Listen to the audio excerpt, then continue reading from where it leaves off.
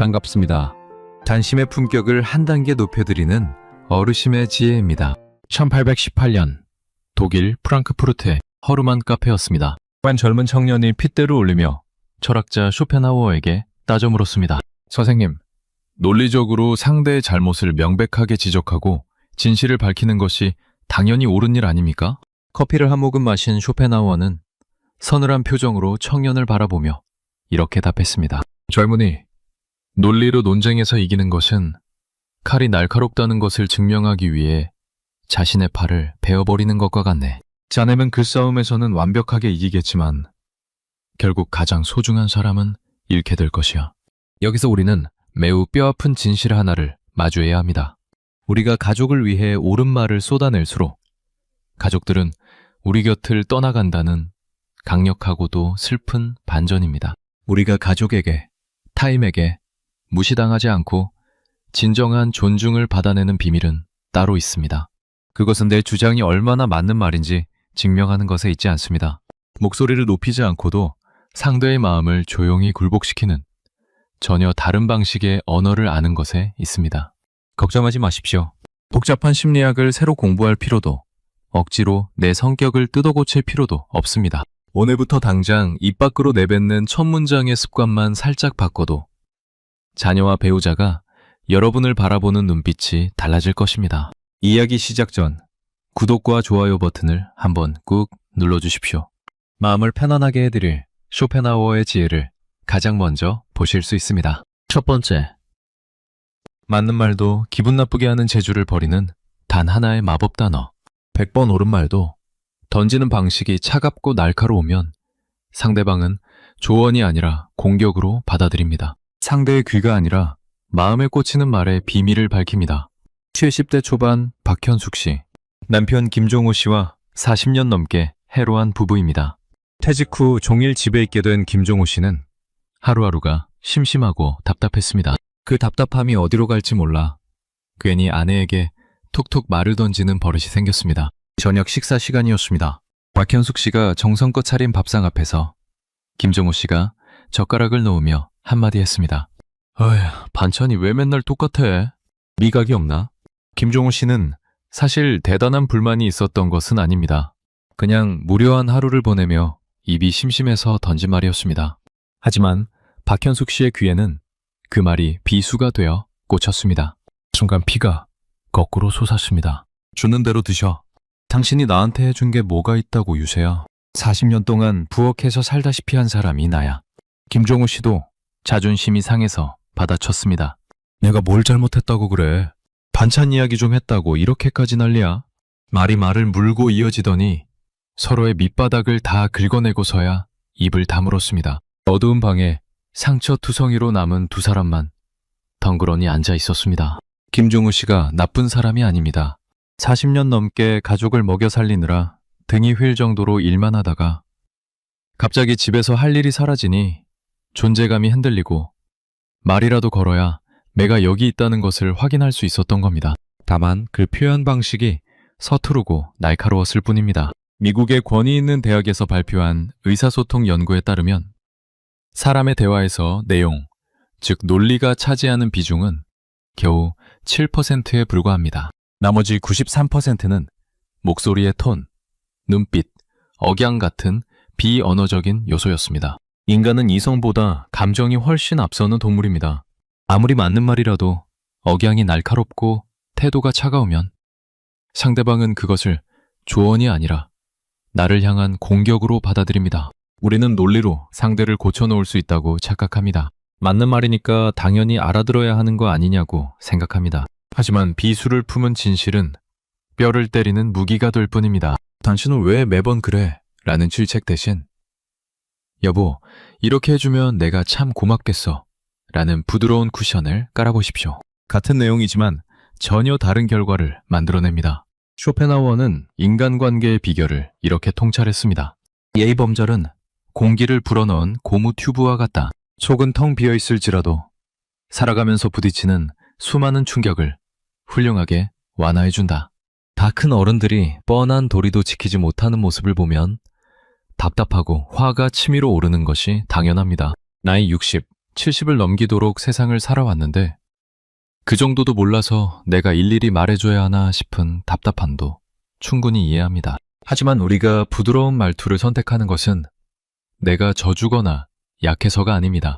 나의 귀한 지혜가 가시돋친 말에 가려져 버려지는 것을 막기 위해 부드러운 융단으로 정성스럽게 포장하는 진정한 어른의 넉넉함입니다. 같은 이야기라도 설탕에 싸서 건네면 상대방은 기꺼이 삼킵니다. 그것이 세상을 오래 살아온 사람만이 쓸 수 있는 진짜 지혜입니다. 두 번째, 며느리와 사위의 입을 열게 만드는 바보 같은 질문의 힘. 모든 것을 다 아는 완벽한 어른이 되려 할수록 젊은 사람들은 입을 닫고 벽을 세웁니다. 오히려 내 부족함을 솔직하게 드러낼 때 굳게 닫혀있던 상대의 마음이 스르르 열리는 놀라운 심리를 들여다봅니다. 60대 중반 이순옥 씨. 오랜만에 아들 내외가 집에 찾아왔습니다. 이순옥 씨는 요즘 새로 산 스마트폰 때문에 속이 터질 지경이었습니다. 글자 크기를 키우는 법도 모르겠고 손주 사진을 저장하는 것도 헷갈렸습니다.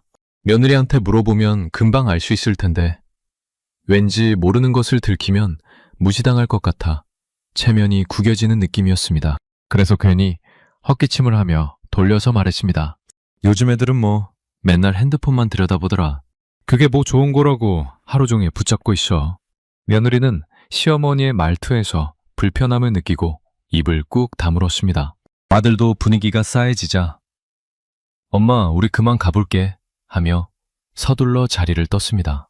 이순옥 씨는 현관문이 닫히는 소리를 듣고 나서야 후회가 밀려왔습니다. 정작 하고 싶었던 말은 핸드폰 사용 방법 좀 가르쳐 줄래였는데 엉뚱한 잔소리가 튀어나와 버린 겁니다. 이순옥 씨가 까다로운 시어머니여서 그런 것이 아닙니다. 평생을 집안의 기둥으로 살아온 사람이 뭔가를 모른다고 인정하는 것은 스스로 무너지는 것 같은 두려움이 드는 겁니다. 그 마음이 잔소리라는 엉뚱한 출구로 새어나온 것뿐입니다. 미국의 한 명문대 심리학과에서 취약성과 신뢰의 상관관계를 연구했습니다. 그 결과 나이가 많고 지위가 높은 사람이 아랫사람에게 완벽한 모습만 보이려 할 때보다 자신의 부족함을 솔직하게 인정하고 도움을 요청할 때 아랫사람의 마음속 경계심이 완전히 허물어지는 것으로 나타났습니다. 심리학에서는 이것을 취약성의 역설이라고 부릅니다. 완벽함은 벽을 만들지만 적당한 빈틈은 사람과 사람을 연결하는 다리가 됩니다. 우리는 나이를 먹을수록 다 알아야 하고 어른으로서 채통을 지켜야 한다는 강박에 시달립니다. 하지만 모르는 것을 모른다고 말하는 것은 결코 부끄러운 일이 아닙니다. 내가 눈도 잘 안 보이고 이걸 잘 사용할 줄 모르겠는데 네가 좀 가르쳐 줄래? 하는 작은 부탁 한마디가 꽉 막혀있던 관계의 물꼬를 틔웁니다. 며느리 입장에서는 시어머니가 나에게 도움을 청했다는 것 자체가 나를 가족으로 인정하고 신뢰한다는 따뜻한 신호로 받아들여지거든요. 쇼펜하워는 이렇게 경고합니다. 모든 사람은 자신이 보는 시야의 한계를 전 세계의 한계로 착각한다. 내 틀에 갇혀 있으면 상대의 세상을 볼 수 없다는 뜻입니다. 모든 것을 다 알아야 한다는 무거운 책임감. 이제는 잠시 내려놓으셔도 괜찮습니다. 평생을 앞만 보고 달려오며 단단하게 두르고 있던 그 무거운 갑옷을 벗고 젊은 사람들에게 가벼운 도움을 청해 보십시오. 그 작은 빈틈 사이로 며느리와 사위의 싹싹하고 따뜻한 미소가 스며들어올 겁니다. 도움을 청한다는 것은 약한 것이 아니라 관계의 숨통을 틔워주는 가장 지혜로운 방법입니다. 네 번째, 자식 앞에서 배우자를 깎아내리면 자식은 부모 둘 다 잃는다. 부부 사이의 불만을 자식 앞에서 터뜨리는 순간 자식은 편을 들어주는 것이 아니라 양쪽 부모 모두에게서 마음의 문을 닫아버립니다. 가장 가까운 사람을 가장 위험한 장소에서 깎아내리는 실수가 왜 온 가족을 무너뜨리는지 이야기합니다. 70대 초반 유봉남 씨. 명절에 아들 내외와 손주가 오랜만에 모두 모였습니다. 오붓한 식사 자리였습니다. 그런데 아내 강옥순 씨가 반찬을 내오다가 간장 종지를 엎질렀습니다. 별것 아닌 실수였습니다. 강옥순 씨가 아이고 내가 손이 왜 이러지? 하며 황급히 다 끓였는데 유봉남 씨가 아들 내외 앞에서 한마디 던졌습니다. 네 엄마는 옛날부터 덜렁대가지고 맨날 이래. 나이를 먹어도 안 고쳐져. 류복남 씨는 그냥 농담처럼 던진 말이었습니다. 분위기를 가볍게 만들어 보려 한 것일 수도 있습니다. 하지만 강옥순 씨의 손이 멈추었습니다. 얼굴이 빨갛게 달아올랐고 자식들 앞에서 창피를 당한 수치심에 눈시울이 금세 붉어졌습니다. 더 안타까운 것은 아들의 반응이었습니다. 아들은 아버지 편을 드는 것이 아니었습니다. 어머니 편을 드는 것도 아니었습니다. 그냥 고개를 푹 숙이고 밥만 떴습니다. 며느리는 불편한 기색을 감추지 못했고 손주는 갑자기 조용해진 분위기에 어리둥절한 표정을 지었습니다. 식사는 침묵 속에서 끝났고 아들 내외는 평소보다 서둘러 자리를 떴습니다. 그 뒤로 아들은 명절에 오는 시간이 점점 짧아졌습니다. 유복남 씨는 영문도 모른 채 요즘 애들은 부모한테 정이 없어 라며 한탄했습니다. 유복남 씨가 아내를 무시하는 나쁜 남편이어서 그런 것이 아닙니다. 40년 넘게 함께 살다 보니 아내의 실수가 너무 익숙해져서 그게 내면 안 되는 말이라는 감각이 무뎌져 버린 겁니다. 집에서 둘이 있을 때 또 엎질렀네 하는 것과 자식들이 보는 앞에서 네 엄마는 원래 이래 하는 것은 하늘과 땅 차이라는 것을 미처 생각하지 못한 겁니다. 편한 만큼 말이 가벼워진 것뿐입니다. 미국의 한 명문대 가족심리학 연구소에서 부모의 상호 비하가 자녀에게 미치는 영향을 조사했습니다. 그 결과 부모 중 한쪽이 다른 한쪽을 자녀 앞에서 깎아내리는 장면을 반복적으로 목격한 자녀는 깎아내려진 부모만 멀리하는 것이 아니라 깎아내린 부모까지 함께 회피하는 것으로 나타났습니다. 심리학에서는 이것을 충성심 갈등이라고 부릅니다. 자식은 어느 한쪽 편을 들 수가 없습니다. 아버지 편을 들자니 어머니가 불쌍하고 어머니 편을 들자니 아버지와 부딪히게 됩니다. 이 갈등이 감당이 안 되면 자식은 가장 안전한 선택을 합니다. 안쪽 모두에게서 거리를 두는 것입니다. 배우자의 작은 실수를 자식 앞에서 지적하는 것은 집안의 기둥 하나를 자식이 보는 앞에서 도끼로 찍어내는 것과 같습니다. 기둥이 흔들리면 자식은 이 집이 안전하지 않다고 느끼고 본능적으로 그 자리를 떠나려 합니다. 부부 사이의 불만은 부부 사이에서 풀어야 합니다.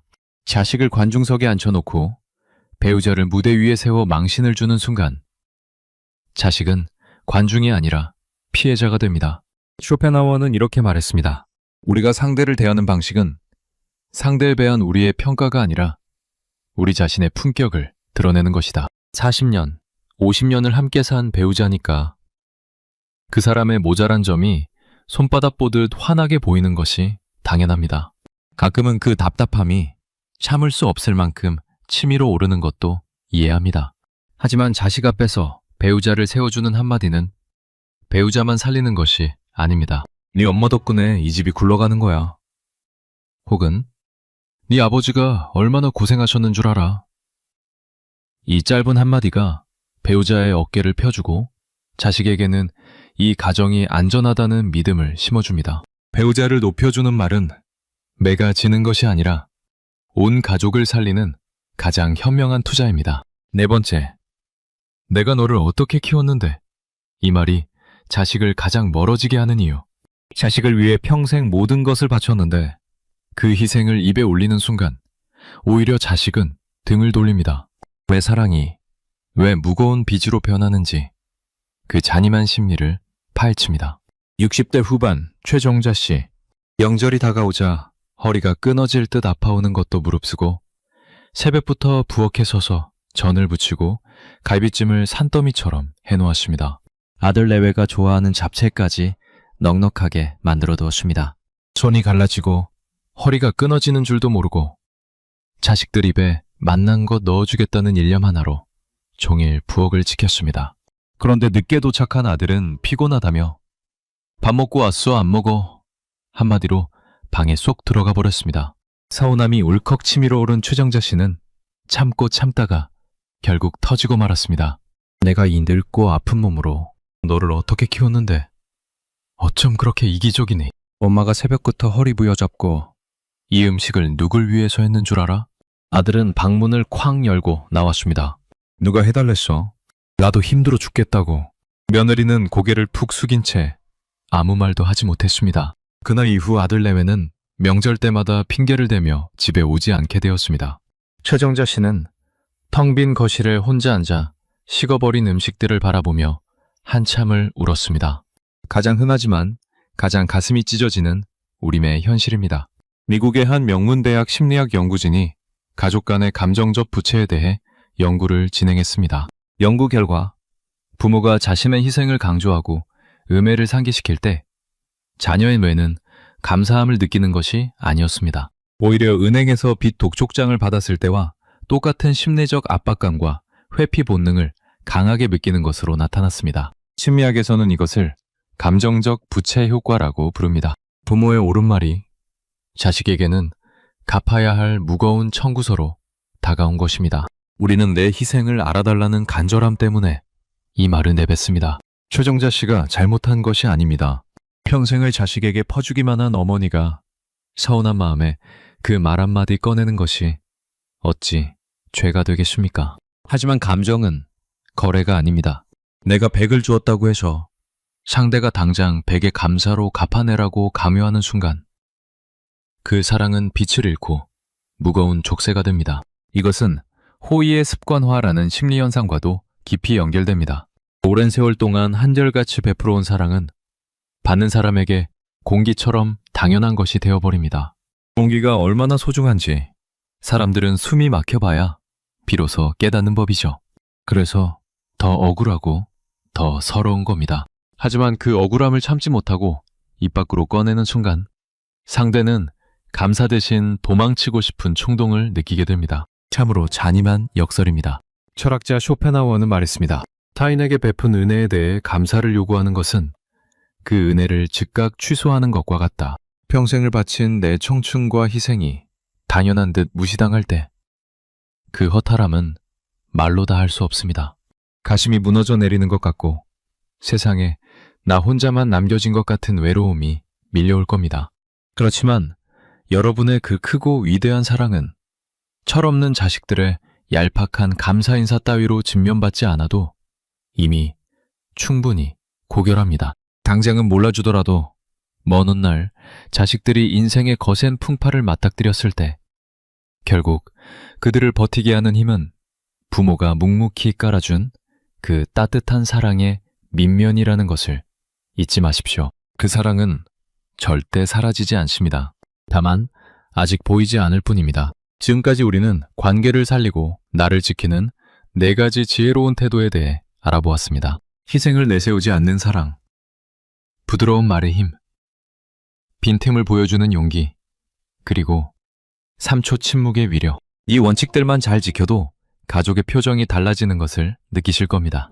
하지만 인간관계란 참으로 예민한 것이어서 아무리 잘해도 단 한 번의 실수로 공들여 쌓은 탑이 와르르 무너지기도 합니다. 때로는 좋은 것을 더하는 것보다 나쁜 것을 빼내는 것이 훨씬 더 중요할 때가 있습니다. 지금부터 알려드리는 4가지는 아무리 헌신하고 잘해줘도 이것 하나 때문에 그동안의 모든 노력이 한순간에 잿더미로 변해버리는 치명적인 행동들입니다. 이것을 모르고 넘어가면 앞에서 아무리 좋은 것을 쌓아도 밑빠진 독에 물을 붓는 것과 다를 바가 없습니다. 5번째, 내 팔자야. 입버릇처럼 하는 한탄이 내 뇌를 갉아먹는 이유. 힘든 세월을 위로받고 싶어서 꺼낸 푸념이 오히려 내 뇌를 망가뜨리고 주변 사람까지 매쫓는 독가스가 된다는 충격적인 연구 결과를 소개합니다. 70대 초반 송국순 씨. 매주 목요일마다 동네 노인, 대학 동기들과 모여 차를 마시는 것이 유일한 낙이었습니다. 그런데 모임에 나갈 때마다 송복순 씨의 입에서는 같은 이야기가 흘러나왔습니다. 우리 남편은 속만 썩이고 내 팔자가 왜 이런지 몰라. 젊어서 고생, 늙어서 고생, 죽을 때까지 고생이야. 그러면 옆에 있던 친구 황금자 씨가 질세라 받아쳤습니다. 그건 양반이지. 우리 집 양반은 빚까지 져서 내가 식당 일로 뼈가 다 사갔어. 내 팔자가 제일 더러워. 마치 누가 더 불행한지 경쟁하는 것 같은 모습이었습니다. 처음에는 다들 에이 그래도 건강하잖아 하며 맞장구를 쳐주었지만 몇 달이 지나자 모임 분위기가 눈에 띄게 가라앉기 시작했습니다. 한 명, 두 명 모임에 나오지 않게 되더니 어느 날 송복순 씨는 약속 장소에 혼자 앉아있는 자신을 발견했습니다. 송복순 씨가 부정적인 사람이어서 그런 것이 아닙니다. 정말로 험난한 세월을 버텨온 사람입니다. 젊어서 남편 뒷바라지에 자식 키우랴. 잠 한 번 제대로 못 자고 살았고 이제 겨우 숨 좀 돌리나 싶으니 몸 여기저기가 아파옵니다. 그 서러움을 누군가에게 들어달라고 꺼낸 것뿐입니다. 위로받고 싶었던 겁니다. 미국의 권위 있는 뇌과학 대학에서 불평불만과 뇌의 가소성에 대한 충격적인 연구 결과를 내놓았습니다. 습관적으로 신세한탄을 하고 불평을 내뱉는 사람의 뇌는 긍정적인 정보는 아예 차단하고 부정적인 것만 보도록 신경회로 자체가 재편된다고 합니다. 쉽게 말해서 불평을 많이 할수록 뇌가 불행만 찾아다니도록 변해버리는 겁니다. 게다가 옆에서 그 불평을 듣는 사람들의 뇌에서도 스트레스 호르몬이 급격히 치솟아 결국 사람들은 불평하는 사람 곁을 본능적으로 떠나게 됩니다. 힘든 삶을 위로받고 싶어서 꺼낸 푸념이 내 뇌를 망치고 주변 사람까지 내쫓는 독가스가 되어버리는 겁니다. 불행은 나눌수록 줄어드는 것이 아니라 오히려 전염병처럼 퍼져나갈 뿐입니다. 과거의 상처를 반복해서 들쑤시는 일은 이제 멈추어야 합니다. 쇼펜하우어는 노년의 태도에 대해 이렇게 조언합니다. 청년기를 불안하게 만드는 것은 행복을 쫓는 환상 때문이다. 노년기는 이런 환상에서 깨어나 평온을 찾아야 하는 시기이다. 참으로 험난하고 고단한 세월을 살아내셨습니다. 그 수많은 눈물과 땀방울을 감히 누가 부정할 수 있겠습니까? 그 고생은 진짜입니다. 아무도 부정할 수 없습니다. 하지만 이제는 주름지고 거칠어진 두 손을 보며 매 팔자를 한탄하기보다 거친 비바람 속에서도 꿋꿋하게 가정을 지켜낸 스스로의 위대한 힘에 아낌없는 찬사와 박수를 보내주시길 바랍니다. 그 손은 팔자가 사나운 손이 아니라 가족을 지켜낸 영웅의 손입니다. 6번째, 요즘 젊은 것들은 나이로 찍어 누르려다 꼰대로 전락하는 순간 나이가 곧 권위이던 시대는 이미 끝났습니다. 세월이 준 연륜이 존경이 아닌 조롱으로 돌아오는 잔인한 현실과 그 속에서도 진짜 어른의 품격을 지키는 법을 이야기합니다. 70대 초반 박종달 씨, 아들 부부와 함께 주말에 외식을 나갔습니다. 음식을 나르던 젊은 점원이 실수를 해서 국물을 조금 흘렸습니다. 점원은 깜짝 놀라며 정말 죄송합니다 하고 연신 고개를 숙이며 재빨리 수습했습니다. 하지만 박종달 씨는 화가 확 치밀었습니다. 아니, 일을 이따위로 해. 요즘 젊은 것들은 빠져가지고 기본이 안 되어 있어. 매니저 당장 나오라 그래. 식당 안이 조용해졌습니다. 주변 손님들이 싸늘한 눈빛으로 박종달 씨를 쳐다보았습니다. 아들은 고개를 푹 숙였고 며느리는 민망한 표정으로 점원에게 대신 사과했습니다. 집에 돌아오는 차 안에서 아무도 말이 없었습니다. 박종달 씨가 성질이 못된 사람이어서 그런 것이 아닙니다. 평생을 성실하게 일하며 살아온 사람입니다. 예의와 기본을 중시하는 세대에서 자랐고 일을 할 때 실수란 있을 수 없다는 엄격한 환경에서 수십 년을 버텨왔습니다. 그 기준으로 세상을 바라보니 가벼운 실수도 도저히 넘길 수가 없었던 겁니다. 자신이 지켜온 가치가 무너지는 것 같아 참을 수가 없었던 것입니다. 미국의 한 사회학 대학 연구팀이 세대 간 공감 격차에 대해 조사했습니다. 그 결과 나이를 앞세워 일방적인 권위를 주장하는 사람일수록 젊은 세대로부터 돌아오는 것은 존경이 아니라 극도의 혐오와 조롱뿐이었습니다. 젊은 세대는 무조건적인 복종을 강요받을 때 상대를 어른이 아니라 소통이 불가능한 벽으로 단정지어버립니다. 한번 꼰대라는 딱지가 붙으면 그 뒤에 아무리 좋은 말을 해도 귀에 들어가지 않습니다. 나이를 먹었다는 것 자체가 훈장이 되는 시대는 이미 끝났습니다. 진정한 존경은 세월이 흘러 자동으로 통장에 입금되는 이자가 아닙니다. 존경은 오직 성숙한 인격과 타인을 배려하는 품격 있는 행동을 통해서만 얻어지는 것입니다. 쇼펜하우어는 나이와 지혜에 대해 날카롭게 지적했습니다. 단지 나이가 많다는 이유만으로 존경을 요구하는 것은 무너져가는 폐허의 건물을 단지 오래되었다는 이유만으로 숭배하라는 것과 같이 어리석은 일이다. 세상이 너무나도 빨리 변해버려서 평생을 바쳐 쌓아온 우리의 경험이 한순간에 쓸모없는 구시대의 유물로 취급받는 것 같아 뼈저리게 외로우실 겁니다. 세상이 나를 밀어내는 것 같은 그 서러움, 충분히 이해합니다. 하지만 여러분이 가진 그 깊은 삶의 연륜은 여전히 눈부신 보석입니다. 그 보석은 억지로 강요할 때가 아니라 낯선 젊은이의 실수 앞에서도 가만히 웃어넘겨주는 부드러운 여유 속에서 가장 찬란하게 빛이 납니다. 괜찮아, 그럴 수 있지. 한마디가 그 어떤 호통보다 강한 존경을 만들어냅니다. 7번째, 미안해 한마디를 못해서 평생의 인연을 원수로 만드는 옹고집. 내가 틀렸다는 것을 알면서도 자존심 때문에 끝까지 인정하지 못하는 그 고집이 평생을 함께한 사람마저 적으로 만들어버립니다. 고개를 숙이는 것이 왜 가장 용기 있는 행동인지 그 반전의 심리를 밝힙니다. 60대 중반 오정수 씨, 아내 유분희 씨와 크게 다투었습니다. 발단은 사소한 것이었습니다. 아내가 전화통화 중에 한 말을 오정수 씨가 잘못 알아들은 겁니다. 아내가 친구에게 남편이 요즘 집에만 있으니 답답하대 라고 한 말을 오정수 씨는 남편이 답답하다는 뜻으로 오해해버렸습니다. 화가 치민 오정수 씨는 심한 막말을 퍼부었습니다. 당신은 밖에 나가셔도 나를 그렇게 깎아내리고 다녀. 내가 뭐 그렇게 창피한 남편이야? 유분희 씨는 깜짝 놀라며 해명했습니다. 아니, 내가 언제 그랬어? 당신이 집에만 있으니 당신이 답답해한다고 걱정해서 한 소리야. 오정수 씨는 그제야 자신이 오해했다는 것에 깨달았습니다. 하지만 이미 입에서 나간 말은 주워 담을 수가 없었습니다. 문제는 그 다음이었습니다. 자신이 틀렸다는 것을 알면서도 오정수 씨는 자존심 때문에 절대 미안하다는 말을 하지 못했습니다.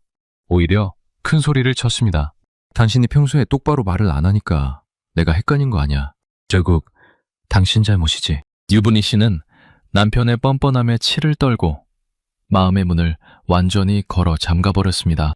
그 뒤로 두 사람은 같은 집에 살면서도 며칠째 한마디도 나누지 않았습니다. 오정수 씨가 뻔뻔한 사람이어서 그런 것이 아닙니다. 평생을 가장으로서 꿋꿋하게 버텨온 사람에게 내가 틀렸다고 인정하는 것은 그동안 지탱해온 모든 것이 무너지는 것 같은 공포입니다.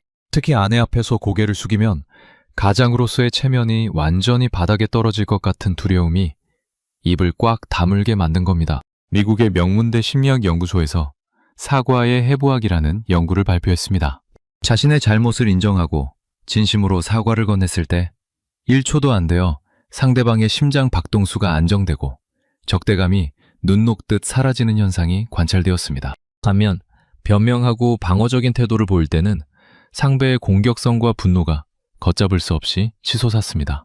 미안해 석자가 상대의 분노를 1초 만에 녹여버리는 마법의 열쇠였던 겁니다.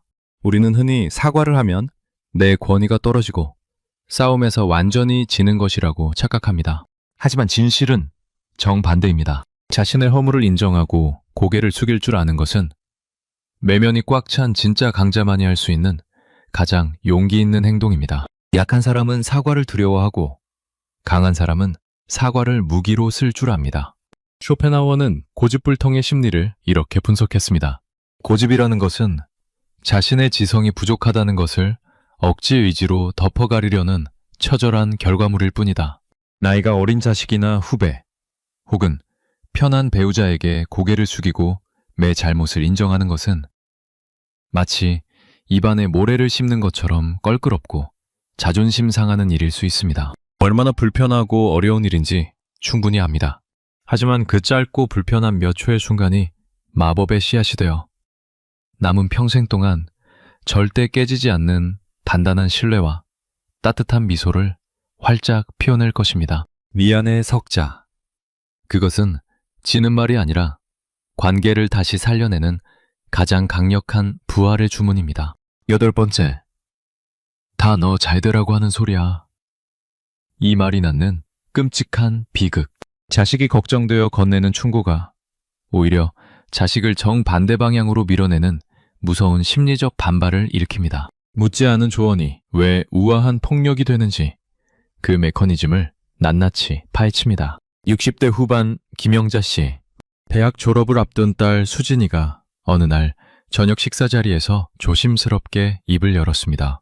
엄마, 나 취업 안 하고 작은 카페나 하면서 살고 싶어. 김용자 씨는 밥숟가락을 놓을 뻔했습니다. 하늘이 무너지는 것 같았습니다. 내가 너를 어떻게 가르쳤는데 카페를 해? 엄마 아빠가 인생을 더 살아봐서 알아. 카페가 얼마나 힘든 줄 알아. 문 닫는 가게가 얼마나 많은데. 다 너 잘 되라고 하는 소리니까 당장 취업 준비나 해. 김영자 씨의 목소리에는 딸을 향한 진심 어린 걱정이 가득했습니다. 세상에 거친 바람을 먼저 맞아본 어머니로서 딸이 고생할 것이 뻔히 보이니 막아주고 싶었던 겁니다. 하지만 수진이의 표정은 순식간에 굳어졌습니다. 엄마는 내 꿈은 관심도 없지. 맨날 엄마 생각만 맞는 거잖아. 그날 이후 수진이는 부모와의 전화를 피하기 시작했고 명절에도 핑계를 대며 집에 오지 않게 되었습니다. 김영자 씨는 딸의 연락이 끊길 때마다 가슴이 찢어지는 것 같았습니다. 내가 잘못한 게 뭔데? 다 네 잘 되라고 한 말인데. 그 억울함에 밤마다 잠을 이루지 못했습니다.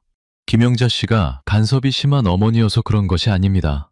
세상 모든 어머니가 그렇듯 자식이 고생할 것이 보이면 앞을 막아서는 것이 본능입니다. 그 절박한 모성이 다 너 잘되라고 라는 말로 터져 나온 것뿐입니다. 미국의 명문대 심리학부에서 진행한 심리적 반발 연구가 있습니다. 인간은 자신의 자유나 선택권이 타인에 의해 통제받거나 위협받는다고 느낄 때 그 조언이 아무리 100% 맞는 말이라 할지라도 무조건 반대로 행동하려는 강한 본능이 있습니다. 이것을 심리적 반발 효과라고 합니다.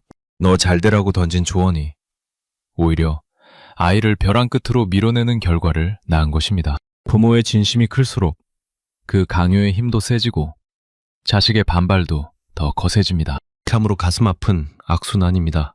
웃지 않은 조언은 겉모습만 번지르르한 우아한 폭력일 뿐입니다. 그 말의 밑바탕에는 나는 옳고 너는 어리석으니 내 말을 들어라는 구조가 숨어 있습니다. 물론 부모의 마음은 그런 것이 아닙니다. 하지만 듣는 자식의 귀에는 그렇게 들린다는 것이 문제입니다. 자식이 스스로 부딪히고 깨지며 인생을 배울 권리를 빼앗아서는 안 됩니다. 쇼펜하우어는 타인의 삶에 간섭하는 것에 대해 일침을 가했습니다. 우리는 다른 사람들과 같아지기 위해 자신의 삶 4분의 3을 잃어버리고 산다. 자식 역시 자기만의 몫을 살아가야 하는 독립된 존재입니다. 자식이 뻔히 보이는 잘못된 길로 걸어가는 모습을 지켜보는 것은 부모의 살점을 도려내는 것만큼 아픈 일입니다. 손톱이 빠지는 것보다 더 아프고 숨이 막히는 것보다 더 답답합니다.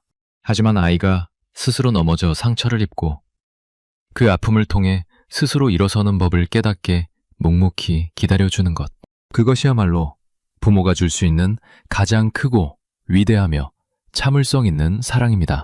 넘어진 자식이 일어설 때 뒤에서 조용히 손을 내밀어주는 것. 그것이 진짜 부모의 자리입니다. 옳은 말은 일시적인 논쟁의 전투에서는 승리할 수 있지만 따뜻한 말은 사람의 마음을 얻는 영원한 전쟁에서 승리합니다. 오늘 우리가 함께 나눈 8가지 이야기. 어쩌면 내 이야기 같아서 가슴이 뜨끔하셨을 수도 있고 눈시울이 뜨거워지셨을 수도 있습니다. 지금까지 살아오시느라, 참으시느라, 그리고 견뎌내시느라 정말 고생 많으셨습니다. 누가 뭐래도 여러분은 이 험한 세상을 온몸으로 버텨낸 대단한 사람들입니다. 오늘부터는 뾰족한 진실 대신 나를 감싸고 타인을 살리는 따뜻하고 지혜로운 언어로 남은 인생을 풍요롭게 채워가시기를 진심으로 응원합니다. 쇼펜하우어가 남긴 말처럼 칼의 날카로움을 증명하느라 매 팔을 베는 어리석음은 이제 그만 내려놓으십시오. 여러분의 지혜는 부드러운 말 속에서 가장 빛이 납니다.